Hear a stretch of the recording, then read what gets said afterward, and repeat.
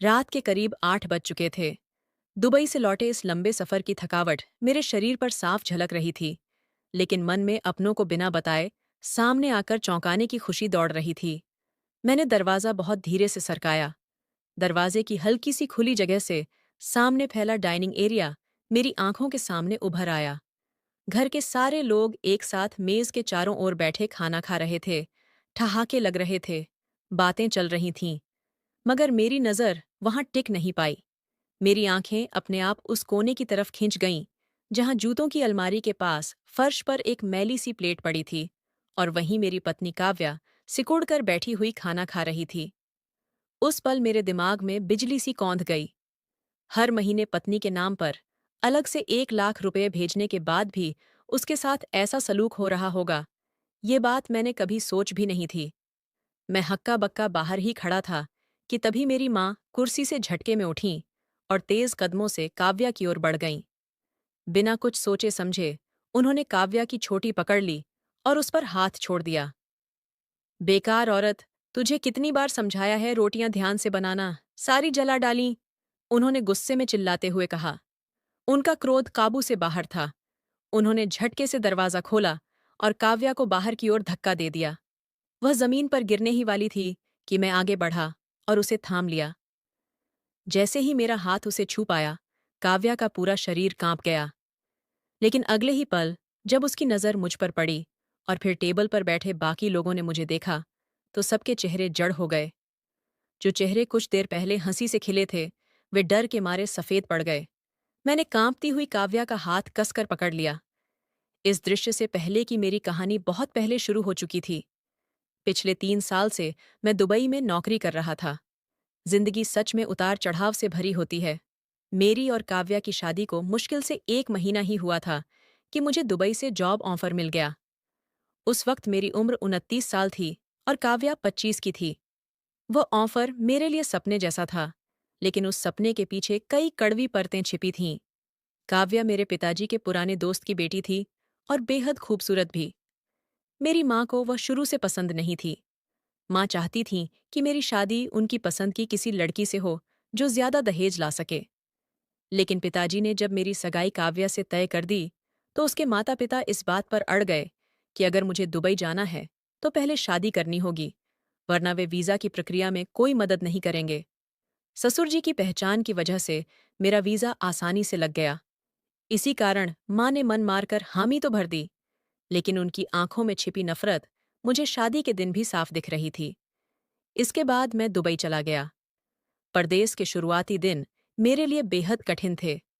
मन हर वक्त घर की तरफ भागता रहता था। जैसे ही काम से फुर्सत मिलती, मैं तुरंत काव्या को वीडियो कॉल करता। मुझे उम्मीद रहती कि मुझे देखते ही उसके चेहरे पर खुशी फैल जाएगी। वह ढेर सारी बातें करेगी, जैसे नई दुल्हनें करती हैं। लेकिन हर बार उल्टा ही होता। काव्या बहुत सीमित शब्दों में जवाब देती। वह स्क्रीन पर दिखती जरूर थी, पर उसकी नज़रें कहीं और उलझी रहती थीं। कैसी हो काव्या, घर में सब ठीक है? मैं प्यार से पूछता। वह सिर झुकाकर कहती, हाँ, सब ठीक है, बस सिर दर्द है। मेरी माँ और बहन तुम्हारा ध्यान रखती हैं, ना कोई परेशानी तो नहीं? मैं बार बार पूछता। मुझे लगता था वह संकोच कर रही है। वह जल्दी से कहती, सब ठीक है, आप चिंता मत कीजिए। मुझे सोना है, ज्यादा बात नहीं कर सकती। कभी कभी मुझे गुस्सा आ जाता। मैं कहता, मैं पूरा दिन काम करके थक जाता हूँ, सिर्फ तुम्हारी आवाज़ सुनने के लिए फ़ोन करता हूँ, और तुम्हें बात खत्म करने की जल्दी रहती है। वह दूसरी तरफ से थके हुए लहजे में बोलती, आप वहाँ काम पर ध्यान दीजिए। हर वक्त फ़ोन लेकर बैठना ठीक नहीं है। मुझे भी घर के काम होते हैं। मुझे अपनी पत्नी से बेहद लगाव था। मैं चाहता था कि रोज़ घंटों उससे बात करूं और उसे बताऊं कि यहाँ मैं कितना अकेला महसूस करता हूँ। मगर उसे मुझ में कोई दिलचस्पी नहीं दिखती थी। मुझे लगता था शायद वह मुझसे प्यार नहीं करती, या मेरी गैर मौजूदगी उसे पसंद है। मैं कभी सोच भी नहीं सकता था कि उसके इस व्यवहार के पीछे कितनी बड़ी सच्चाई छुपी हुई है। मैं खुद को यही समझाकर चुप हो जाता कि वह घर के कामों में उलझी रहती होगी। नौकरी करते करते 6 महीने बीत गए। एक दिन मेरे बॉस ने मेरे काम से खुश होकर मुझे 10 दिन की छुट्टी दे दी। मेरी खुशी का ठिकाना नहीं रहा। मैंने तुरंत अपनी माँ को फ़ोन लगाया। अम्मा, मुझे 10 दिन की छुट्टी मिली है। मैं सोच रहा हूँ भारत आ जाऊं, काव्या से मिल लूंगा और आपसे भी। दूसरी तरफ कुछ पल सन्नाटा रहा। फिर माँ की सख्त आवाज आई, इतना पैसा खर्च करने की क्या जरूरत है? तुम्हें पता है टिकट कितने महंगे होते हैं? दिमाग खराब हो गया है क्या? मैंने कहा, अम्मा, मुझे यहाँ आए 6 महीने हो गए हैं। मन बहुत भारी रहता है। माँ बोली, भावुक होने की जरूरत नहीं है। टिकट के पैसे घर भेज दो। तुम्हारी छोटी बहन का रिश्ता तय करना है, शादी का सामान और दहेज भी देखना है। तुम छुट्टियां रद्द करवा लो। ओवरटाइम करोगे तो ज्यादा पैसे मिलेंगे। माँ की बातें सुनकर मेरा मन टूट सा गया। मैं अपनी पत्नी से मिलने के लिए बेचैन था। मैं चाहता था कि एक बार काव्या से सीधे पूछूं कि वह इतनी बदली क्यों लगती है, लेकिन माँ के फैसले के सामने मैं कुछ न कह सका। मैंने मजबूरी में छुट्टी कैंसिल करवा दी और भारत नहीं आ पाया। अगर उस वक्त मैं चला आता तो शायद बहुत कुछ बिगड़ने से बच जाता। माँ की बात मानकर छुट्टी तो रद्द कर दी थी, लेकिन भीतर से मैं खाली हो गया था। मैं काव्या से भी नाराज था कि उसने एक बार भी यह क्यों नहीं कहा कि मैं वापस आ जाऊं। अगर वह बस एक बार कह देती कि उसे मेरी याद आती है और मैं लौट आऊं, तो शायद मैं माँ की बात मानने से इनकार कर देता और टिकट बुक करवा लेता। लेकिन उसकी वह चुप्पी और फोन पर सीमित बातचीत मुझे बार बार सोचने पर मजबूर कर रही थी कि शायद वह अपने ही हालात में कहीं खो चुकी है। मैंने खुद को काम में झोंक दिया, ओवरटाइम लेने लगा, एक मशीन की तरह काम करता, कमरे में लौटता और थक कर सो जाता। इधर बहन का रिश्ता तय हो चुका था और मैं यहाँ डॉलर में कमाकर वहां रुपये भेज रहा था ताकि उसकी शादी अच्छे से हो सके। एक दिन शाम को काम से लौटते वक्त मेरा मन अजीब बेचैनी से भर गया। कमरे में जाने का दिल नहीं हुआ। इसी वजह से मैं पास ही बने एक छोटे से पार्क में चला गया। वहां मेरी नज़र एक बेंच पर बैठे आदमी पर पड़ी। पहली झलक में मुझे लगा कि वह कोई 80 साल का बुजुर्ग होगा, क्योंकि उसकी पीठ झुकी हुई थी, चेहरे पर गहरी लकीरें थीं और सिर के सारे बाल सफ़ेद हो चुके थे। लेकिन जब मैं उसके पास से होकर गुजरा और ध्यान से देखा, तो समझ आया कि उसकी उम्र 50 या 55 से ज्यादा नहीं होगी। ऐसा लग रहा था जैसे किसी गहरे दुख ने उसकी जवानी को वक्त से पहले ही खा लिया हो। उसकी आंखों में एक सन्नाटा भरा हुआ था, ऐसा सन्नाटा जो अक्सर अपने ही लोगों से मिले घावों से पैदा होता है। न जाने क्यों मैं उसके पास जाकर बैठ गया और हल्के से नमस्ते कहा। वह थोड़ा चौंका और फिर धीमी आवाज में बोला, आप भारत से हैं क्या? मैंने कहा, हाँ। वह कड़वाहट भरी हंसी हंसकर बोला, बदकिस्मती से। उसके जवाब ने मुझे अचंभित कर दिया। मैंने पूछा, बदकिस्मती से क्यों? वह बोला, क्योंकि भारत में मेरे अपने लोग रहते हैं, जिनकी खुशियों के लिए मैंने अपनी पूरी जिंदगी इस प्रदेश में खपा दी। धीरे धीरे हमारी बातचीत आगे बढ़ने लगी। वह आदमी बहुत अकेला और टूटा हुआ लग रहा था। उसने बताया कि वह रोज शाम यहाँ आकर बैठता है, क्योंकि घर की दीवारें उसे घुटन देने लगती हैं। बातों ही बातों में एक अजीब सा अपनापन बन गया। मुझे वह खुद जैसा लगा, अकेला और अपनों से कटा हुआ। एक दिन मैंने हिम्मत करके पूछ ही लिया, अंकल, आपकी उम्र तो ज्यादा नहीं लगती, फिर आपकी हालत ऐसी क्यों है? आप इतने थके हुए क्यों नजर आते हैं? उसने लंबी सांस ली और मेरी आंखों में देखते हुए बोला, बेटा, तुम अभी जवान हो और इस देश में नए हो। परदेस दीमक की तरह होता है, बाहर से इंसान को चमकदार दिखाता है, लेकिन अंदर से धीरे धीरे खोखला कर देता है। फिर उसने अपनी कहानी सुनानी शुरू की। उसकी बातें सुनते हुए मुझे ऐसा महसूस हो रहा था जैसे कोई मेरे कानों में पिघला हुआ शीशा डाल रहा हो। वह बोला, जब मैं यहाँ आया था तब बिल्कुल तुम्हारी तरह जवान था। नई नई शादी हुई थी, पत्नी बहुत सुंदर थी, आंखों में ढेर सारे सपने थे। लेकिन मेरे सिर पर 5 बहनों की शादी की जिम्मेदारी थी। पिता का साया पहले ही उठ चुका था और घर में कमाने वाला सिर्फ मैं ही था। वह थोड़ा रुका, पानी की बोतल से घूंट लिया और फिर बोला, मैंने यहाँ टैक्सी चलानी शुरू की। दिन और रात का फर्क मिट गया, नींद कम और काम ज्यादा हो गया। हर महीने अपनी कमाई का एक एक पैसा माँ को भेज देता था। मेरा बस एक ही मकसद था कि मेरी बहनों की शादी इज्जत से हो जाए और उन्हें किसी चीज की कमी न झेलनी पड़े। इसी बीच मेरी पत्नी माँ बनने वाली थी, लेकिन मैं घर नहीं जा सका क्योंकि खर्चे बहुत थे। माँ कहती थी, अभी मत आओ, पहले पैसे जोड़ो, बहनों का फर्ज पूरा करना जरूरी है। मैं उसकी बातें सांस रोके सुन रहा था, क्योंकि हर शब्द मुझे अपनी ही जिंदगी से मिलता हुआ लग रहा था। मैंने बेचैनी से पूछा, फिर आगे क्या हुआ अंकल? उसकी आवाज़ भारी हो गई। उसने कहा, 5 बहनों की शादी करते करते मेरी जवानी के 20 साल खत्म हो गए। मेरी बेटी जो मेरे यहाँ आने के बाद पैदा हुई थी, वह बड़ी हो गई। लेकिन मैं एक बार भी भारत नहीं जा पाया। जब भी जाने की सोचता, माँ का फ़ोन आ जाता। कभी कहती, इस बहन की डिलीवरी है। कभी कहती, उस बहन की तबीयत खराब है। कभी घर की मरम्मत का बहाना होता। मैं इंसान नहीं रहा था, बस एक मशीन बन गया था जो पैसे भेजती थी। मेरे मुंह से अचानक निकल गया, और आपकी पत्नी।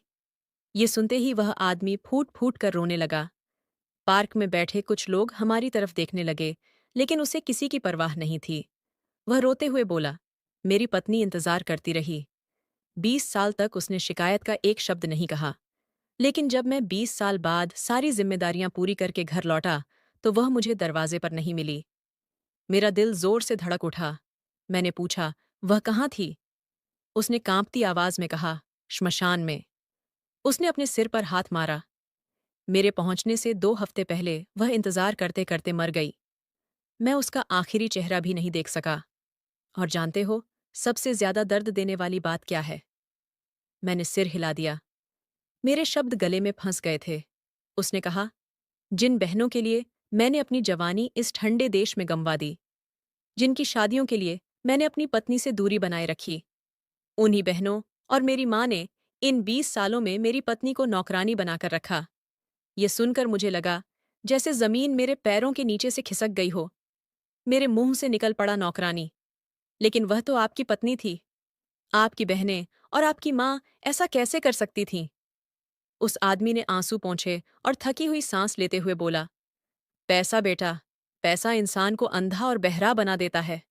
उन्होंने सोचा, वह परदेश में बैठा पैसे भेज रहा है, उसे क्या पता चलेगा कि घर में क्या हो रहा है। जब मैं फोन करता तो माँ कहती, बहू बहुत खुश है।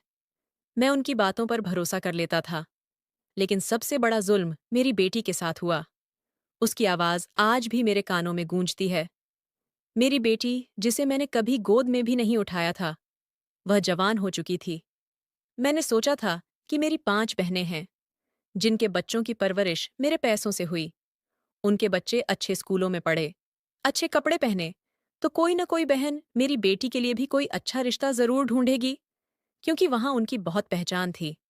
इतने साल बाहर रहने की वजह से मेरी तो कोई जान पहचान थी ही नहीं। आखिर वे मेरी बहनें ही तो थीं।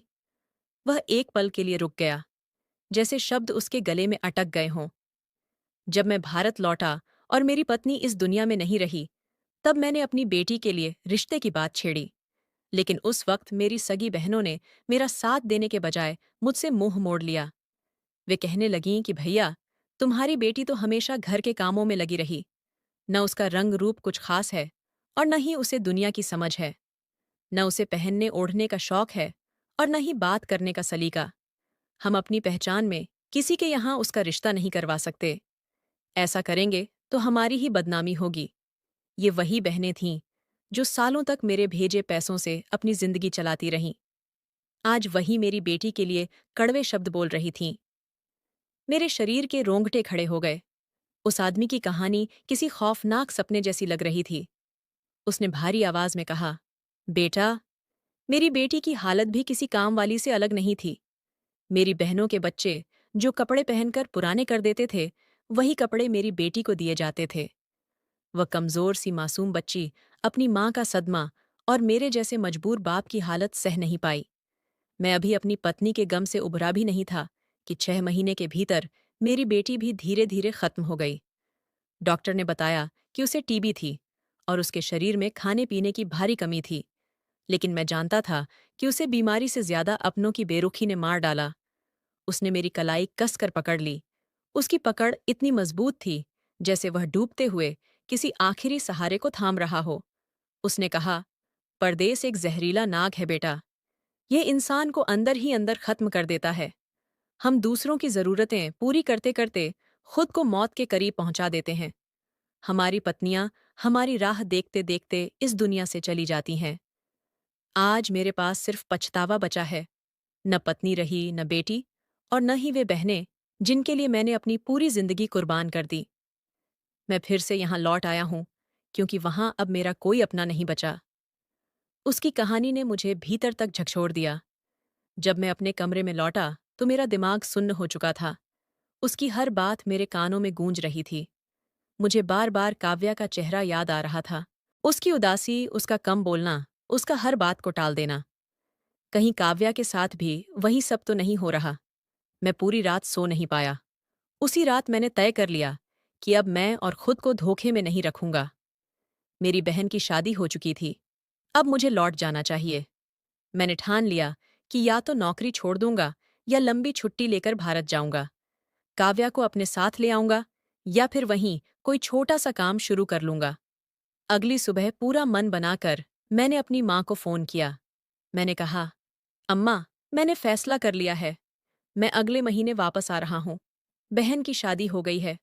अब मुझे अपनी जिंदगी भी संभालनी है। दूसरी तरफ कुछ पल सन्नाटा रहा। फिर माँ की भावुक आवाज सुनाई दी, हाँ बेटा, आ जाओ। आखिर ये तुम्हारा घर ही तो है। लेकिन मैं सोच रही थी कि हम कब तक किराए के मकान में रहते रहेंगे। मैंने एक घर देखा है, बहुत कम दाम में मिल रहा है। अगर तुम थोड़ा और पैसा भेज दो तो हम अपना खुद का मकान खरीद लेंगे। जब तुम लौटोगे तो कम से कम अपनी छत तो होगी, वरना किराए के घर की झंझट फिर शुरू हो जाएगी। मैं जो पहले ही वापसी का मन बना चुका था, माँ की इस बात से फिर उलझन में पड़ गया। अपना घर हर इंसान का सपना होता है। मैंने कहा, अम्मा, मेरे पास इतने पैसे नहीं हैं। माँ बोली, बेटा, मैंने कुछ फिक्स्ड जमा कर रखी है, वह निकाल लूंगी और कुछ गहने भी बेच दूंगी। बस तुम थोड़ा और संभल जाओ, 1 साल और वहीं टिक जाओ। घर बनते ही तुम लौट आना, फिर कोई तुम्हें रोकने वाला नहीं होगा। मैं चाहती हूं कि जब तुम आओ तो अपने ही घर में राजा की तरह रहो। माँ के शब्दों में इतना अपनापन और अपनत्व था कि उस बूढ़े आदमी की सारी बातें मेरे दिमाग से धुंधली होने लगीं। मैंने सोचा, शायद माँ सही ही कह रही हैं। अपना घर होगा तो काव्या भी खुश रहेगी। मैंने एक बार फिर अपनी चाहतों को दबा दिया। देखते ही देखते 1 और साल गुजर गया। मैं दिन रात मेहनत करता रहा और लगातार पैसे भेजता रहा। आखिर एक दिन माँ ने नए घर का वीडियो भेजा। 2 मंजिला सुंदर सा मकान। माँ ने बताया कि घर खरीद लिया गया है। मेरे मन को तसल्ली मिली कि मेरी मेहनत बेकार नहीं गई। लेकिन जब कागजों की बात आई तो पता चला कि घर माँ ने अपने नाम पर रजिस्ट्री करवा ली है। मैंने फोन करके पूछा, अम्मा, घर तो मेरे पैसों से लिया गया है, फिर आपने अपने नाम पर क्यों करवाया? माँ हंसते हुए बोली, अरे ना समझ, मैं इसे अपने साथ थोड़ी ले जाऊंगी। आखिर ये तेरा ही तो है। मैं तो बस घर की बड़ी हूं। जब तुम आओगे तब तुम्हारे नाम करवा दूंगी। तुम इन छोटी बातों में मत उलझो। मैंने भी यही सोचा कि माँ के नाम ही तो है, इससे क्या फर्क पड़ता है। मुझे जरा भी अंदाजा नहीं था कि ये जाल और गहरा होता जा रहा है। घर अब पूरी तरह तैयार हो चुका था। मेरे पास इतने पैसे जमा हो गए थे कि भारत जाकर कोई छोटा कारोबार शुरू किया जा सके। लेकिन परदेस की तन्हाई और मानसिक थकावट ने मुझे अंदर से तोड़ दिया था। मैंने तय कर लिया कि अब बहुत हो चुका, मुझे हर हाल में लौटना है। दिल कह रहा था कि अगर अब भी नहीं गया तो सब कुछ हाथ से निकल जाएगा। उसी शाम मैंने माँ को फिर फोन किया। मेरे स्वर में पूरा आत्मविश्वास था। मैंने कहा, अम्मा, घर बन चुका है और मेरे पास काम शुरू करने लायक पैसे भी हैं। इसलिए मैंने सोचा है कि अगले हफ्ते की टिकट करवा लेता हूँ। मेरी बात सुनते ही दूसरी तरफ गहरी खामोशी छा गई। मुझे लगा शायद कॉल कट गई है या माँ खुशी से कुछ बोल नहीं पा रही। मैंने दोबारा आवाज दी। तब माँ की आवाज आई, लेकिन उसमें खुशी नहीं थी। वह गंभीर लहजे में बोली, बेटा, तुम भावनाओं में बहकर फैसला क्यों लेते हो? अभी तो घर बना है। तुम जानते हो कि घर सिर्फ दीवारों से नहीं चलता, उसे भरना भी पड़ता है। मैंने हैरानी से कहा, अम्मा, सामान तो मैंने भेज दिया है, और क्या बाकी है? माँ बोली, बात सामान की नहीं है। तुम्हें पता है तुम्हारी बड़ी बहन के यहाँ जुड़वा बच्चे हुए हैं। भगवान ने उसे 2 बेटे दिए हैं। मैंने उसकी शादी बड़े घराने में की थी। अब अगर हम खाली हाथ वहां जाएंगे तो हमारी क्या इज्जत रह जाएगी। उसके ससुराल वालों में मान रखना भी तो जरूरी है। बहन को विदा करना है तो देना लेना तो होगा ही। मैंने उनसे वादा कर दिया कि हम तुम्हारी भांजी और दोनों बेटों को सोने की चीजें देंगे। ये सुनते ही मैं सिर पकड़कर बैठ गया। मैंने थके हुए स्वर में कहा, कि अम्मा, आजकल सोने के दाम आसमान छू रहे हैं। मैं इतना बड़ा खर्च कैसे उठा पाऊंगा? माँ ने तुरंत भावनाओं का सहारा लिया। उन्होंने कहा, तो क्या तुम अपनी बहन की इज्जत मिट्टी में मिला दोगे? सारी उम्र लोग उसे ताने देंगे कि उसका भाई दुबई में रहकर भी उसके लिए कुछ नहीं कर पाया, और अभी तुम्हारे छोटे भाई की नौकरी भी नहीं लगी है। घर की सारी जिम्मेदारी तुम्हारे ही ऊपर है। अगर तुम अभी वापस आ गए तो सब भूखे मर जाएंगे। इसलिए ऐसा करो, कुछ महीने और वहीं रह जाओ। तब तक तुम्हारे भाई की नौकरी भी लग जाएगी और बहन के खर्चों से भी छुटकारा मिल जाएगा। उसके बाद मैं तुम्हें नहीं रोकूंगी। मैं एक बार फिर मजबूर हो गया। बहन के प्यार और माँ की इज्जत की दुहाई के आगे मैं मना नहीं कर सका। मैंने भारी मन से कहा, ठीक है अम्मा, ये आखिरी बार होगा। 6 महीने बाद मैं हर हाल में वापस आ जाऊंगा। इन दिनों जब भी मेरी काव्या से बात होती थी तो उसके चेहरे पर एक अजीब सी उदासी साफ दिखने लगी थी। जो रंगत कभी गुलाब की तरह दमकती थी, वह अब फीकी पड़ गई थी। वीडियो कॉल पर उसकी आंखों के नीचे गहरे काले घेरे साफ नजर आने लगे थे। वह मुझसे नजरें चुराती थी। मैं अक्सर पूछता, काव्या, तुम्हारा चेहरा इतना उतरा हुआ क्यों लग रहा है? तुम ठीक तो हो? वह जबरदस्ती मुस्कुराने की कोशिश करती और कहती, कुछ नहीं, बस 2-4 दिन से बुखार था और मौसम भी बदल रहा है। एक दिन वीडियो कॉल के दौरान मुझे उसकी तेज और डरावनी खांसी सुनाई दी। वह दुपट्टे में मुंह छुपाकर खांस रही थी। मैं घबरा गया और पूछा, तुम डॉक्टर को क्यों नहीं दिखा रही हो? उसने जल्दी से कहा, दिखा आई हूं, दवा भी चल रही है। मैं ठीक हो जाऊंगी, आप चिंता मत कीजिए। यह कहकर उसने झट से फोन काट दिया। मुझे ऐसा महसूस होता था जैसे वह बहुत थक चुकी है और मुझसे बात करने की ताकत भी उसमें नहीं बची है। बार बार मुझे पार्क में मिले उस बूढ़े आदमी की बातें याद आने लगीं। जरूर कोई बात थी जो मुझसे छुपाई जा रही थी। काव्या पहले बहुत बातूनी हुआ करती थी। घंटों मुझसे बातें करती थीं, छोटी छोटी शरारतें करती थीं, लेकिन अब ऐसा लगता था जैसे उसके पास मुझसे कहने के लिए कुछ भी नहीं बचा। वह बस मेरी बातें सुनती और हाँ कहकर कॉल खत्म कर देती। उसके व्यवहार में अब मुझे रूखापन नहीं, बल्कि डर और मजबूरी ज्यादा दिखने लगी थी। मेरा दिल अंदर ही अंदर गवाही दे रहा था कि सब कुछ ठीक नहीं है, लेकिन दिमाग की उलझन मुझे चुप रहने पर मजबूर कर देती थी। मैंने ठान लिया कि अब चाहे कुछ भी हो, मैं किसी को कुछ नहीं बताऊंगा। 6 महीने का वादा तो किया है, लेकिन मैं उससे पहले ही भारत जाऊंगा। मैं सबको चौंका दूंगा और अपनी आंखों से देखूंगा कि आखिर सच्चाई क्या है। ये फैसला मेरी जिंदगी का सबसे बड़ा मोड़ बनने वाला था।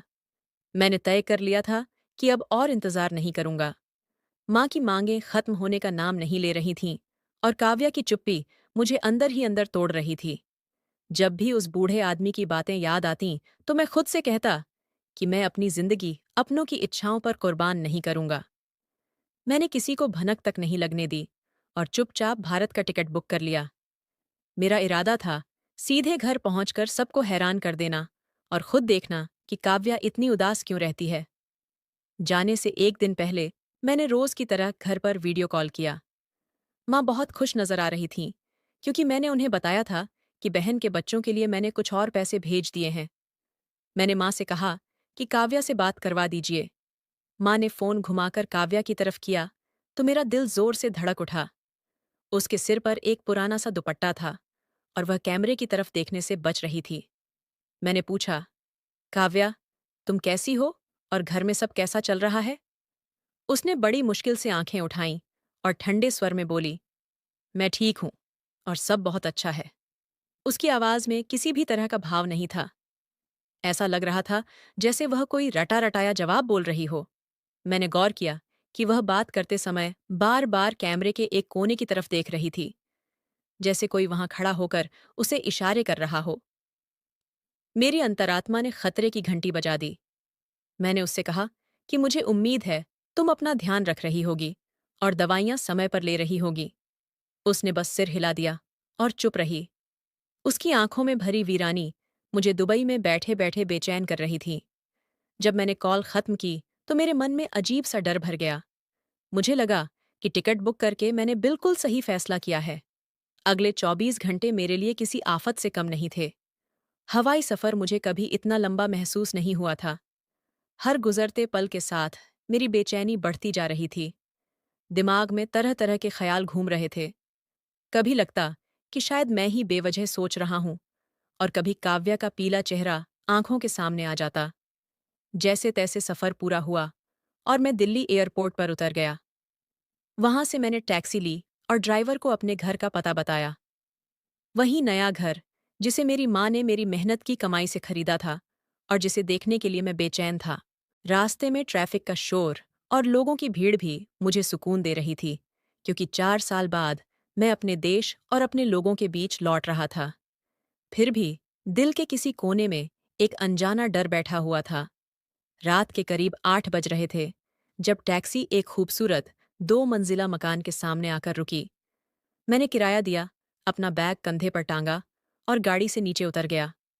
मेरे सामने वही घर खड़ा था जिसकी तस्वीरें और वीडियो माँ मुझे बार बार भेजती रहती थीं। सच कहूं तो मकान वाकई बहुत भव्य था। उसकी हर ईंट में मेरी मेहनत, मेरी नींदें और मेरा खून पसीना शामिल था। जैसे ही मैं गेट की तरफ बढ़ा, अंदर से रोशनी झलक रही थी और हंसी मजाक की आवाजें साफ सुनाई दे रही थीं।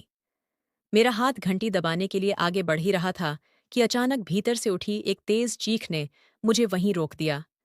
ये आवाज मेरी अम्मा की थी, लेकिन इसमें वह अपनापन नहीं था जो फोन पर सुनाई देता था।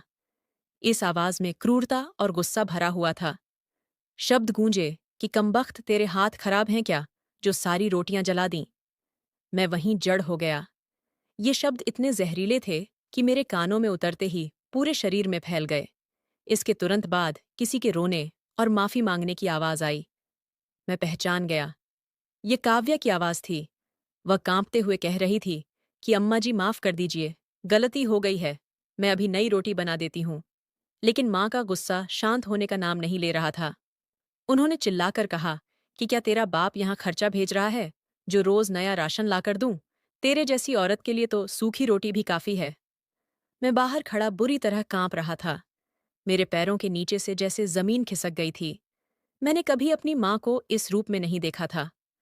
उसी पल मुझे समझ आ गया कि काव्या फोन पर इतनी चुप क्यों रहती थी। मेरे भीतर गुस्से और दर्द का तूफान उठने लगा। कांपते हाथों से मैंने गेट को हल्का सा धक्का दिया। गेट खुला हुआ था। शायद कोई आया होगा या फिर घर वालों ने ध्यान ही नहीं दिया था। मैं बिना आवाज किए धीरे धीरे अंदर बढ़ा और ड्राइंग रूम के दरवाजे तक पहुंच गया। अंदर का दृश्य देखने से पहले ही मेरे कानों में माँ के वही शब्द गूंज रहे थे जो उन्होंने काव्या के लिए कहे थे। जिस माँ के लिए मैंने अपनी खुशियां कुर्बान कर दी थीं, वही मेरी पत्नी के साथ ऐसा सलूक करेगी, ये सोच भी नहीं सकता था। दरवाजे के पास पहुंचते हुए मैंने खुद को किसी बड़े झटके के लिए तैयार कर लिया था। लेकिन जो दृश्य मेरी आंखों के सामने आने वाला था, उसके लिए कोई भी तैयार नहीं हो सकता। मैंने दरवाजा पूरा खोल दिया। सामने का मंजर मेरी रूह तक हिला देने वाला था। डाइनिंग टेबल पर तरह तरह के स्वादिष्ट पकवान सजे हुए थे। खाने की खुशबू पूरे कमरे में फैली हुई थी। मेरे भाई बहन हंसते बोलते आराम से कुर्सियों पर बैठे खाना खा रहे थे। लेकिन मेरी नज़र वहां नहीं ठहरी। मेरी आंखें उस कोने में जा टिकीं जहां जूतों की अलमारी के पास फर्श पर एक टूटी फूटी प्लेट पड़ी थी, और वहीं मेरी पत्नी काव्या सिकुड़ी हुई बैठी थी। वह खाना उठाने ही वाली थी कि माँ अपनी कुर्सी से झपट कर उठीं और पलक झपकते ही काव्या पर टूट पड़ीं। उन्होंने उसके बालों की छोटी पकड़ ली और झकझोरने लगीं। काव्या के हाथ से निवाला गिर पड़ा और वह डर से थर थर कांपने लगी। माँ की आवाज कमरे में गूंजी कि रोटियां जला दी हैं, तूने, तुझे कभी समझ नहीं आएगी, आटा क्या मुफ्त में मिलता है। मैं अभी दहलीज पर ही था कि माँ ने दरवाजा पूरी तरह खोल दिया और काव्या को जोर से बाहर की तरफ धक्का दे दिया। वह जमीन पर गिरने ही वाली थी कि मैंने आगे बढ़कर उसे थाम लिया। काव्या ने घबराकर आंखें खोलीं और जब मुझे सामने खड़ा देखा तो उसकी सिसकियां अटक गईं। शायद वह इसे सपना समझ रही थी। उसके कांपते होठों से मेरा नाम निकला। कमरे में मौजूद सभी लोग मुझे देखकर जैसे पत्थर के हो गए। जो चेहरे अभी तक हंस रहे थे, वे डर से सफेद पड़ गए। मेरी माँ, जो अभी तक गुस्से से भरी खड़ी थीं, मुझे देखते ही ठिठक गईं। उनका उठा हुआ हाथ हवा में ही रुक गया। मेरी छोटी बहन के हाथ से चम्मच छूटकर प्लेट में गिरा और उसकी आवाज पूरे सन्नाटे में गूंज गई। मैंने काव्या को सीधा खड़ा किया और उसकी बांह मजबूती से थाम ली। फिर मैंने अपनी माँ की आंखों में सीधे देखते हुए पूछा कि अम्मा, ये सब क्या चल रहा है? माँ की आवाज़ जैसे गले में अटक गई। वह घबराकर बोली कि बेटा, तुम कब आए? तुमने तो बताया ही नहीं। मैं काव्या को साथ लेकर अंदर चला आया। मेरे भाई बहन अपनी कुर्सियों से उठ चुके थे। टेबल पर रखा खाना मुझे अब जहर जैसा लग रहा था। मैंने माँ से कहा, अच्छा हुआ मैंने नहीं बताया, वरना मुझे कैसे पता चलता कि मेरे पीछे मेरी पत्नी के साथ जानवरों जैसा व्यवहार हो रहा है। वह जूतों के पास बैठकर खाना खा रही है और आप सब कुर्सियों पर बैठकर दावत उड़ा रहे हैं। माँ ने तुरंत बात पलट दी और अपनी गलती मानने की बजाय सारा दोष काव्या पर डाल दिया। वह बोली, तुम्हें क्या पता इसकी हरकतों का? इसे लगता है कि तुम पेड़ों से पैसे तोड़कर लाते हो। इसने सारी रोटियां जला दी थीं। मैं इसे समझा रही थी कि पैसों की कदर कैसे की जाती है। मैंने मेज पर रखे खाने की तरफ इशारा किया और कहा, एक रोटी जल गई तो क्या हो गया? यहाँ जो इतना खाना रखा है, वह किसके पैसों से आया है? क्या इसमें मेरी पत्नी का कोई हक नहीं है? मेरा भाई आगे बढ़ा और मुझसे लिपटने की कोशिश की, लेकिन मैंने हाथ उठाकर उसे रोक दिया। उनके चेहरों पर मुझे प्यार नहीं, बल्कि डर दिखाई दे रहा था। डर इस बात का कि कहीं उनकी असलियत उजागर न हो जाए। काव्या मेरे पास खड़ी कांप रही थी। मैं महसूस कर सकता था कि वह कितनी डरी हुई है। उसने हल्के से मेरा हाथ दबाया, जैसे मुझसे चुप रहने की गुहार लगा रही हो। मैंने फिर माँ से पूछा कि क्या मेरी पत्नी की कीमत आपकी नज़र में बस इतनी ही है कि वह जूतों के पास बैठकर खाना खाए? माँ ने बेहद बेहुदा जवाब दिया, यह इसी लायक है, कामचोर है और दिन भर मुंह लटकाए घूमती रहती है। तुम अभी आए हो, तुम्हें नहीं पता, इसने मेरा जीना हराम कर रखा है। माँ की आवाज़ की कठोरता साफ बता रही थी कि यह मामला सिर्फ जली हुई रोटी का नहीं था, बल्कि इसके पीछे नफरत की एक बहुत लंबी कहानी छुपी हुई थी। मैंने माँ की आंखों में सीधे देखा तो वह नजरें फेरने लगीं। उसी पल मेरा धैर्य पूरी तरह टूट गया। गुस्सा अब मेरे बस में नहीं रहा था। मैंने काव्या का हाथ छोड़ा और तेजी से डाइनिंग टेबल के पास जाकर खड़ा हो गया। मैंने पूरी ताकत से मेज पर हाथ दे मारा। पानी से भरा गिलास उछलकर नीचे गिरा और फर्श पर चकनाचूर हो गया। टूटने की आवाज से पूरा कमरा सन्न रह गया। मैंने भारी और गूंजती आवाज में कहा, अम्मा, मुझे जवाब चाहिए। पिछले 4 साल से मैं हर महीने घर के खर्च के अलावा 1 लाख रुपए अलग से सिर्फ काव्या के लिए भेज रहा था। वह पैसा उसके निजी खर्च के लिए था। क्या आपने कभी वह रकम उसे दी है? साफ बताइए। कमरे में एक अजीब सी खामोशी फैल गई। मेरी बहनें एक दूसरे की तरफ देखने लगीं। भाई ने गर्दन झुका ली। माँ के चेहरे पर हवाइयां उड़ने लगीं। साफ था कि उनके पास इस सवाल का कोई जवाब नहीं था। मैंने फिर से आवाज ऊंची की, मुझे जवाब चाहिए। क्या काव्या को उसके हिस्से के पैसे मिले या नहीं? माँ ने खुद को संभालने की कोशिश की और वही पुराना भावुक हथियार निकाल लिया। वह बोली, तुम मुझसे हिसाब मांग रहे हो? मैंने तुम्हें पैदा किया, बड़ा किया, इस लायक बनाया, और आज तुम एक पराई लड़की के लिए मुझ पर उंगली उठा रहे हो? मुझ पर चोरी का इल्जाम लगा रहे हो? मैंने सख्त लहजे में कहा, ये चोरी का मामला नहीं है, ये भरोसे की बात है। मैंने वह पैसे इसलिए भेजे थे ताकि मेरी पत्नी को किसी के सामने हाथ न फैलाना पड़े, लेकिन उसकी हालत देखकर साफ है कि उसने महीनों से ढंग के कपड़े नहीं पहने, पैरों में टूटी चप्पल है और आप सब नए कपड़ों में बैठकर दावत कर रहे हैं। माँ झल्लाकर बोली, घर का खर्च, बिजली पानी का बिल, रिश्तेदारों की खातिरदारी, क्या सब आसमान से गिरता है? महंगाई देखी है। मैंने उसके नाम के पैसे भी घर पर ही खर्च कर दिए। उसे पैसों का क्या करना? खाना तो मिल रहा है और सिर पर छत भी है। ये सुनते ही मेरा खून उबाल मार गया। मैंने गुस्से में कहा, तो क्या काव्या आपके घर की मुफ्त की नौकरानी थी, जिसका काम सिर्फ आप लोगों की सेवा करना और बदले में ताने, गालियां और मार सहना था? आपने मेरी पत्नी को इंसान नहीं समझा, बस काम करने वाली मशीन बना दिया। मैं वहां परदेश में अपनी जिंदगी घिस रहा था और यहां आप लोग उस पर जुल्म ढा रहे थे। मेरा भाई बीच में बोल पड़ा, भैया, आप अम्मा से इस तरह बात मत करो। मैंने उसे कड़क कर चुप करा दिया। मैंने कहा, तुम बोलो मत। तुम सब इसमें बराबर के गुनहगार हो। तुम सब देख रहे थे कि काव्या के साथ क्या हो रहा है, फिर भी किसी ने मुझे सच बताने की हिम्मत नहीं की, क्योंकि तुम सब जानते थे कि अगर मुझे पता चल गया तो तुम्हारी ऐश खत्म हो जाएगी। माँ गुस्से से चिल्लाने लगी, निकल जाओ मेरे घर से। अगर अपनी बीवी का पक्ष लेना है तो अभी निकलो। मुझे ऐसा बेटा नहीं चाहिए। मैंने ठंडे लेकिन अडिग स्वर में कहा, ठीक है, मैं जा रहा हूँ। मैं एक पल भी उस घर में नहीं रहूंगा जहां मेरी पत्नी की इज्जत सुरक्षित नहीं है। ये घर मेरे पैसों से बना है, लेकिन आज यह मेरे लिए पराया हो चुका है। मैं मुड़ा और काव्या का हाथ पकड़ लिया। वह बुरी तरह कांप रही थी और उसकी आंखों से आंसू रुक नहीं रहे थे। मैंने उससे कहा, चलो काव्या, अपना सामान उठाओ। हम अभी इसी वक्त यहां से जा रहे हैं। काव्या ने मुझे अविश्वास से देखा। शायद उसे यकीन ही नहीं हो रहा था कि मैं उसके लिए अपनी माँ और पूरे घर के सामने खड़ा हो गया हूं। पीछे से माँ ने बद्दुआ भी दी, रिश्तों का वास्ता भी दिया, लेकिन मैंने पलटकर नहीं देखा। मैं काव्या को लेकर उस घर से बाहर निकल आया, जो कुछ देर पहले तक मेरा सपना था और अब मुझे पिंजरे से कम नहीं लग रहा था। उसी रात मैं उसे लेकर पास के एक होटल में ठहर गया। उस वक्त मेरे पास और कोई ठिकाना नहीं था। कमरे में पहुंचकर भी काव्या बुरी तरह सहमी हुई थी। उसका चेहरा सफेद पड़ चुका था और उसकी नजरें बार बार दरवाजे पर जा रही थीं, जैसे उसे डर हो कि कोई भी पल दरवाजा खुल जाएगा और उसे जबरदस्ती वापस ले जाया जाएगा। मैंने उसे पानी दिया और यकीन दिलाया कि वह अब सुरक्षित है, कोई उसे छू भी नहीं सकता। अगले 2 दिन हम उसी होटल में रहे।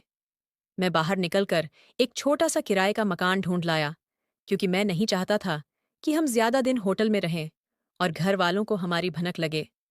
जरूरी सामान खरीदा गया और हम वहां रहने लगे। मुझे लगा था कि उस कैद से निकलते ही काव्या की आंखों में फिर से जान लौट आएगी, लेकिन मैं गलत था। नए घर में आकर भी वह चुपचाप रहती, घंटों खिड़की के पास बैठकर बाहर खाली नजरों से देखती रहती। मैं उससे बात करने की कोशिश करता तो वह बस सिर हिला देती या 2 शब्द बोलकर चुप हो जाती। उसकी आंखों में अब भी डर साफ दिखाई देता था। मैंने सोचा कि शायद इतने सालों का दर्द है, जिसे मिटने में वक्त लगेगा। मैं उसे बाहर घुमाने की बात करता तो वह मना कर देती और कहती कि उसे डर लगता है। एक शाम मैं काम से जल्दी लौट आया। काव्या रसोई में कुछ बना रही थी। मैं चुपचाप उसके पीछे गया और प्यार से उसके कंधे पर हाथ रख दिया। मेरा स्पर्श होते ही वह बुरी तरह चौंक गई और पीछे हट गई। ये देखकर मैं सन्न रह गया। मुझे एहसास हुआ कि वह मुझसे भी डर रही है। मैंने धीरे से पूछा, काव्या, तुम मुझसे क्यों डरती हो? मैं तुम्हारा पति हूं। मैं ही तुम्हें वहां से निकाल कर लाया हूं। वह नजरें झुकाए खड़ी रहीं, एक शब्द नहीं बोली।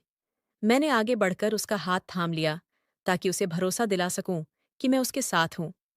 जैसे ही मैंने उसकी कलाई पकड़ी, उसके मुंह से हल्की सी चीख निकल गई और उसने हाथ छुड़ाने की कोशिश की। मुझे लगा उसे चोट लगी है। मैंने उसकी आस्तीन ऊपर कर दी। जो मैंने देखा, उसने मेरे पैरों तले से जमीन खिसका दी। उसके गोरे बाजुओं पर जगह जगह गहरे जले हुए निशान थे। कुछ पुराने थे, जो भर चुके थे, और कुछ बिल्कुल नए लग रहे थे, जैसे किसी गर्म चीज से उसे जानबूझकर दागा गया हो। मेरा सिर घूमने लगा। मैंने घबराकर पूछा तो वह जल्दी से बोली, कभी कभी हाथ जल जाता है। आप चिंता मत कीजिए, ये मामूली निशान है। लेकिन मैं जानता था कि वह सच नहीं बोल रही थी। रोटी बनाते वक्त उंगली जल सकती है, लेकिन बाजुओं पर इस तरह के गहरे और फैले हुए जख्म नहीं पड़ते। मैंने काव्या को कंधों से पकड़कर जोर से हिला दिया और सख्त आवाज में कहा कि अब मुझे सच जानना है। ये मामूली जलने के निशान नहीं हैं। ये किसी हादसे से नहीं हुए हैं। ये किसी ने जानबूझकर किया है। मुझे साफ साफ बताओ कि तुम्हारे साथ ये जुल्म किसने किया? मेरी आवाज की कठोरता ने जैसे उसका आखिरी सहारा भी तोड़ दिया। उसका सब्र वहीं खत्म हो गया। वह वहीं फर्श पर बैठ गई और जोर जोर से रोने लगी। उसका रोना आम रोना नहीं था। ऐसा लग रहा था जैसे बरसों से दबा हुआ दर्द एक साथ फूट पड़ा हो। वह हिचकियों के बीच कुछ कहना चाह रही थी, लेकिन शब्द उसके गले में अटक जा रहे थे। मैं भी वहीं उसके पास बैठ गया और धीरे से उसके सिर पर हाथ रख दिया। काफी देर तक वह रोती रही। जब उसने सिर उठाया तो उसकी आंखों में ऐसा दर्द था जो किसी पत्थरदिल इंसान को भी पिघला दे। अब वह राज बाहर आने वाला था, जिसे उसने 4 साल तक अपने दिल में दबाकर रखा था। काव्या के आंसू थमने का नाम नहीं ले रहे थे। मैंने उसे उठाकर बिस्तर पर बैठाया, पानी का गिलास दिया और उसके दोनों हाथ अपने हाथों में थाम लिए। बहुत नरमी से मैंने कहा कि अब तुम्हें डरने की जरूरत नहीं है। मैं तुम्हारे साथ हूं। मुझे सच बताओ कि यह सब किसने किया? उसने एक गहरी सांस ली और भीगी आंखों से मेरी तरफ देखा। फिर धीरे से बोली कि यह सब आपकी अम्मा ने किया है। ये जलने के निशान किसी हादसे की वजह से नहीं है। ये आपकी अम्मा की नफरत की पहचान है। वह कभी नहीं चाहती थीं कि मेरी शादी आपसे हो। उनकी मर्जी कहीं और थी, लेकिन हालात और आपके दुबई जाने की वजह से उन्हें चुप रहना पड़ा। उसी का गुस्सा वह मुझ पर हर रोज निकालती थीं। वह कहती थीं कि मैं मनहूस हूं और जबरदस्ती उनके बेटे के गले पड़ गई हूं। मैं हैरान होकर बोला कि अगर तुम्हारे साथ इतना कुछ हो रहा था, तो तुमने मुझे एक बार भी क्यों नहीं बताया? हम रोज बात करते थे। मैं हर बार पूछता था कि सब ठीक है या नहीं। तुमने कभी इशारा तक क्यों नहीं किया? काव्या के होंठों पर कड़वी सी मुस्कान आ गई। वह बोली कि मैं कैसे बताती? क्या आपको लगता है कि वीडियो कॉल पर मैं अपनी मर्जी से बोलती थी? बिल्कुल नहीं। जब भी आपका फोन आता था, अम्मा सामने कुर्सी लगाकर बैठ जाती थीं। पहले ही धमकी दे देती थीं कि अगर मेरे चेहरे पर उदासी दिखी या मैंने शिकायत करने की कोशिश की, तो कॉल खत्म होते ही मुझे सबक सिखाया जाएगा। वह इशारों से मुझे डराती रहती थीं। उनकी नज़र हर वक्त मुझ पर रहती थी। मुझे मजबूरी में हंसकर कहना पड़ता था कि सब ठीक है। उसने अपने सूट की आस्तीन फिर से ऊपर की ओर एक पुराने जले हुए निशान की तरफ इशारा करते हुए बोली कि यह निशान उस दिन का है जिस दिन आपने अपनी पहली सैलरी से मेरे लिए सोने की बालियां भेजी थीं। अम्मा ने वह बालियां मुझसे छीन लीं और अपनी बेटी को दे दीं। जब मैं रोने लगी तो उन्होंने चूल्हे से गरम चिमटा उठाकर मेरे हाथ पर लगा दिया। वह कहती थीं कि तेरी औकात नहीं है सोना पहनने की। जब मैं दर्द से चीखती थी, तो वह तेज आवाज में टीवी चला देती थीं ताकि मेरी आवाज बाहर न जाए। मैं उसकी बातें सुनकर पत्थर का हो गया था। मेरा दिल फटने को हो रहा था। काव्या ने आगे कहा कि मारपीट तो एक तरफ थी, लेकिन भूख सबसे बड़ी सजा थी। आप वहां से लाखों रुपये भेजते थे, लेकिन मुझे पूरे दिन में सिर्फ एक सूखी रोटी दी जाती थी। वह कहती थीं कि मैं कामचोर हूं और मुफ्त का राशन खाती हूं। जिस दिन सफाई करते वक्त कुछ टूट जाता या सब्जी में नमक ज्यादा हो जाता, उस दिन वह एक रोटी भी नहीं मिलती थी। कई बार मैं दो दो दिन भूखी रहती थी, बस नल का पानी पीकर जीती रहती थी। वे सब मेरे सामने बैठकर पनीर की सब्जी, खीर और अच्छे अच्छे पकवान खाते थे, और मैं रसोई के दरवाजे पर खड़ी उनके बचे हुए टुकड़ों को देखती रहती थी। काव्या की आवाज हिचकियों में डूबती जा रही थी, लेकिन उसका हर शब्द मेरे दिल पर वार कर रहा था। उसने कहा कि आपकी अम्मा मुझे अक्सर धमकाती थीं कि अगर जरा सी भी गलती की तो खाना बंद कर देंगी। कई बार मैं भूखी प्यासी अपने कमरे में पड़ी रहती थी और बाहर से उनके हंसने की आवाजें आती रहती थीं। ये सुनकर मैं पूरी तरह टूट गया। मैं उसके पैरों के पास बैठ गया और बच्चों की तरह फूट फूट कर रोने लगा। मैंने अपनी पत्नी के हाथ अपनी आंखों से लगा लिए। वे हाथ सख्त हो चुके थे और उन पर जले हुए निशान मेरी सबसे बड़ी गलती की गवाही दे रहे थे। मैं रोते हुए बोला कि मुझे माफ कर दो काव्या। मैं तुम्हारा सबसे बड़ा कसूरवार हूं। मैं ये समझता रहा कि मैं तुम्हारे लिए खुशियां कमा रहा हूं, लेकिन मैंने तुम्हें नरक में झोंक दिया। मैंने उन लोगों पर भरोसा किया जिन्होंने तुम्हें जहर की तरह डस लिया। काव्या ने मेरे सिर पर हाथ रखा और मुझे चुप कराने की कोशिश की, लेकिन मेरे आंसू रुक नहीं रहे थे। मैं पागल सा हो गया था। मेरे दिमाग में घूम रहा था कि मैं दुबई की भयानक ठंड में खड़ा होकर दिन रात मेहनत करता रहा। मैंने अपनी जवानी के 4 साल सिर्फ इसलिए कुर्बान किए कि मेरा परिवार खुश रहे और मेरी पत्नी सुकून से रहे। लेकिन बदले में क्या हुआ? मेरी कमाई से बना घर मेरी पत्नी के लिए जेल बन गया, और मेरा भेजा हुआ पैसा मेरी माँ और बहनों की ऐश का जरिया बन गया। मैंने काव्या को गले से लगा लिया और उससे वादा किया कि अब चाहे कुछ भी हो जाए, मैं तुम्हें कभी अकेला नहीं छोड़ूंगा। उस रात हम दोनों देर तक एक दूसरे से लिपटे रोते रहे और अपने दिल का सारा दर्द बाहर निकालते रहे। उस समय मुझे पार्क में मिला वह बूढ़ा आदमी बहुत याद आया। उसने कहा था कि परदेस दीमक की तरह होता है। उस दिन मुझे उसकी बात का मतलब पूरी तरह समझ में आ गया। सच में परदेस में रहना किसी सजा से कम नहीं होता, क्योंकि पीछे रहने वाले हमें सिर्फ पैसे कमाने की मशीन समझने लगते हैं उनकी नज़र में हमारी कीमत बस तब तक रहती है जब तक हम पैसे भेजते रहते हैं, और अगर उन्हें हमारी पत्नी पसंद नहीं आती तो उसकी हालत घर में नौकरानी जैसी कर दी जाती है। वे यह भूल जाते हैं कि परदेश में रहने वाला इंसान भी हाड़ मांस का बना होता है और उसकी पत्नी भी दिल और जज्बात रखती है। दोस्तों, यह दास्तान केवल मेरी नहीं है, बल्कि हर उस इंसान की है जो अपनों की मुस्कान के लिए अपनी जवानी परदेश में घिस देता है। हमें यह समझना जरूरी है कि जिंदगी में सिर्फ पैसा ही सबसे बड़ी चीज नहीं होता। रिश्तों की असली कीमत भावनाओं और सम्मान से तय होती है। अगर आपकी गैरहाजिरी में आपका परिवार आपकी पत्नी को आदर नहीं दे सकता, तो समझ लीजिए वे आपके अपने नहीं, बल्कि आपकी कमाई से प्यार करते हैं। अपनी पत्नी को अपनों के भरोसे छोड़कर यह मान लेना कि वह खुश रहेगी, सबसे बड़ी भूल होती है। कई बार अपने ही चेहरे में छिपे लोग परायों से ज्यादा खतरनाक साबित होते हैं। जिंदगी बहुत थोड़ी सी होती है, इसलिए उसे उन्हीं लोगों के साथ बिताइए जो आपको इंसान समझें, चलती फिरती एटीएम मशीन नहीं। तो दोस्तों, आपको ये कहानी कैसी लगी, प्लीज़ कमेंट करके ज़रूर बताएं। अगर आपको यह कहानी पसंद आई हो तो इसे लाइक करें और अपने दोस्तों के साथ शेयर करें। आगे भी ऐसी ही रोमांचक कहानियों के लिए हमारे चैनल को सब्सक्राइब करें और बेल आइकन दबाना ना भूलें, ताकि आप हमारी कोई भी कहानी मिस ना करें। धन्यवाद।